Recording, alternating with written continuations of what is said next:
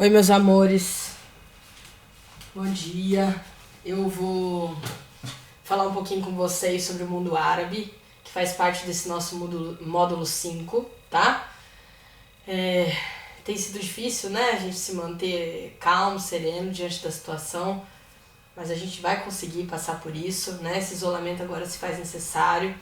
Bom, pra gente falar um pouquinho do mundo árabe e entender como é que surgiu o islamismo, nós temos que falar um pouquinho da Península Arábica, como é que eles viviam e no que eles acreditavam naquele momento, porque a gente divide a história da Arábia em Arábia pré-islâmica, antes do islamismo, e Arábia Islâmica, pós o surgimento do islamismo com a figura de Maomé, tá? Quando a gente pensa na Península Arábica, a gente tem que lembrar que ali é um clima seco e quente, com 80% de deserto, né? E essa que fica no sudoeste da Ásia ali. E essa Arábia, ela se divide em duas partes. Uma parte de deserto, como eu falei para vocês, que é 80%, aonde vivem os árabes do deserto, viviam os árabes do deserto, que eram seminômades, tá? Criavam ovelhas, cabras, camelos, dromedários, enquanto nos outros 20% que eram os árabes do litoral, que eram sedentários, também chamados de Arábia feliz ou fértil, tá? Pela presença, né, da água, que permitia, portanto, a sedentarização humana, vão surgindo centros comerciais. E ali nós temos dois centros que se destacam, a cidade de Meca e a cidade de Yatreb, ou Yatrib, tá? Bom, nesse primeiro momento dessa Arábia pré-islâmica, todos falavam o mesmo idioma, tá? Com algumas variações regionais, o que é natural. E as crenças religiosas eram as mesmas, eles eram politeístas, adoravam inúmeras divindades. E Meca era um centro religioso, não só um centro comercial, porque lá ficava o templo da Caaba, aonde vários peregrinos, várias pessoas, vários árabes peregrinavam, iam para meditar, orar e adorar seus deuses, porque lá dentro do templo da Caaba haviam mais de 300 imagens de divindades às quais eles acreditavam. E essas peregrinações faziam com que o comércio funcionasse muitíssimo bem, né? Então, os comerciantes de Meca adoravam essa movimentação trazida pela peregrinação e pelo politeísmo, tá? As visitas ao templo da Caaba. Entre essas imagens havia a pedra negra, que eles acreditavam que também era sagrada, tá? Bom, acontece que vai surgir a figura de Maomé. Maomé é um comerciante, né? Que vai trabalhar com a sua esposa, na verdade, com quem ele se casa com uma mulher mais velha chamada Hadija, que era dona de várias caravanas de comércio que iam pelo deserto, né? E numa dessas viagens, ele teria recebido a viagem do anjo Gabriel, a mensagem do anjo Gabriel.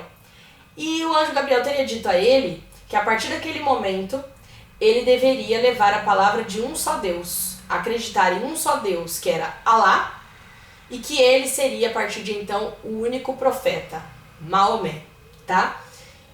E aí começam grandes problemas. Por quê?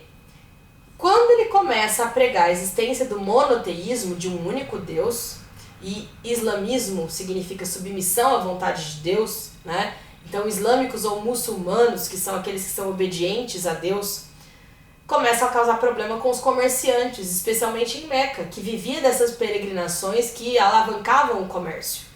Quando ele começa a pregar a existência de um único Deus, não fazia sentido o templo da Caaba.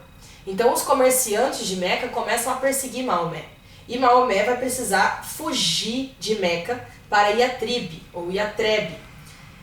E esse episódio da fuga de Maomé recebe o nome de Égira.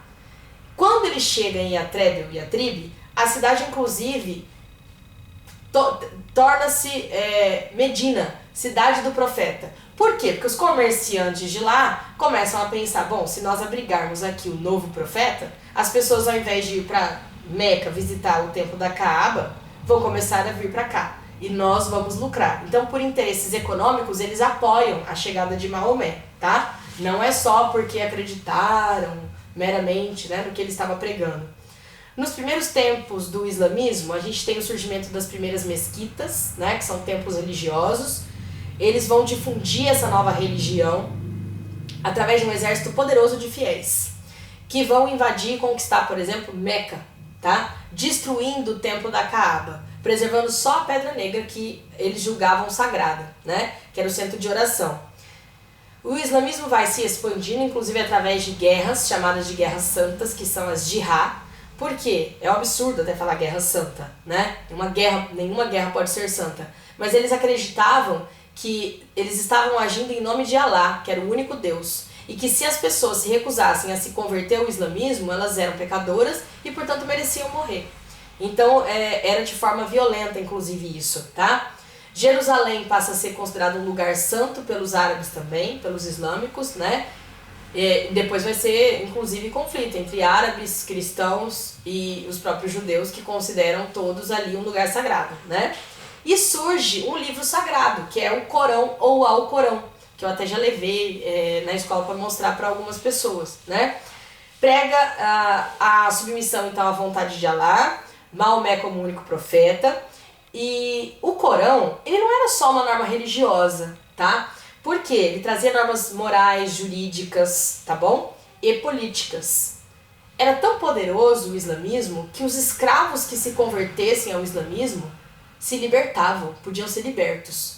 E dentro desse Corão, haviam 5 princípios que eram considerados os pilares do islamismo, que todo muçulmano deve conhecer e praticar, tá? Entre esses pilares, que são 5, a gente tem a crença em Alá como único Deus, o único profeta Maomé, fazer 5 orações diárias, ajoelhado, voltado para a posição onde fica Meca, ser generoso com os mais pobres, visitar Meca ao menos uma vez na vida, fazer uma peregrinação, tá? E também fazer jejum no mês do Ramadã, que é considerado um mês sagrado para os muçulmanos, os seguidores do islamismo, tá?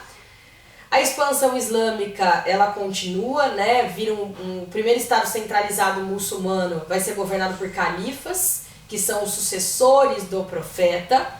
Mas o grande conflito ali surge porque a religião vai ser interpretada de várias formas quando Maomé morre. Quando Maomé morre, surgem 2 grupos antagônicos. Os xiitas, que são considerados fundamentalistas mais radicais, e os sunitas, que são hoje a maioria da população ali. O que prega cada um deles? Os xiitas acreditavam que para substituir Maomé tinha que ser alguém que fosse parente de Maomé, consanguíneo, fosse próximo ou distante, e seguir apenas o Corão ou Alcorão.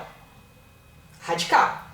Os sunitas, por sua vez, são mais flexíveis, acreditavam que não precisava necessariamente ser um parente consanguíneo de Maomé, bastava que fosse um homem íntegro, que seguisse as regras do Corão, ou também o livro da Suna, que era um livro que foi escrito por Maomé com algumas normas jurídicas, morais e religiosas, tá? Então eles são mais flexíveis, menos conservadores. E essa disputa entre sunitas e xiitas, elas vêm até os dias de hoje, tá?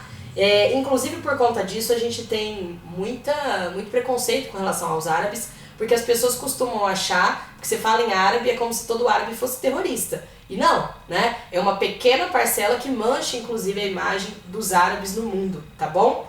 E aí, com relação à economia, além da questão do comércio ali, a agricultura era muito forte, tá? O artesanato, então é interessante a gente lembrar. O calendário muçulmano, que vai começar a marcar as datas, como a gente viu inclusive no começo do ano, leva em consideração a fuga de Maomé para a contagem desse tempo, que é o episódio da Hégira, tá? Tem muita coisa interessante sobre a cultura dos árabes.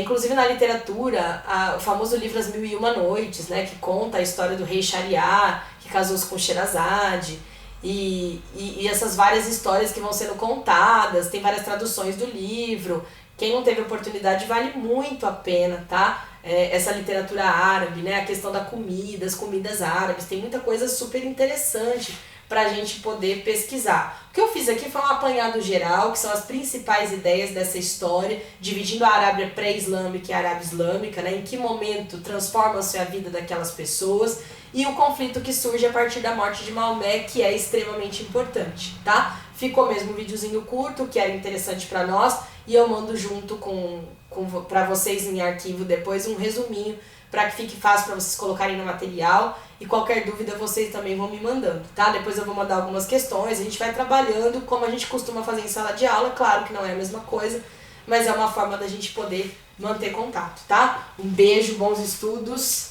e realmente estou com muita saudade.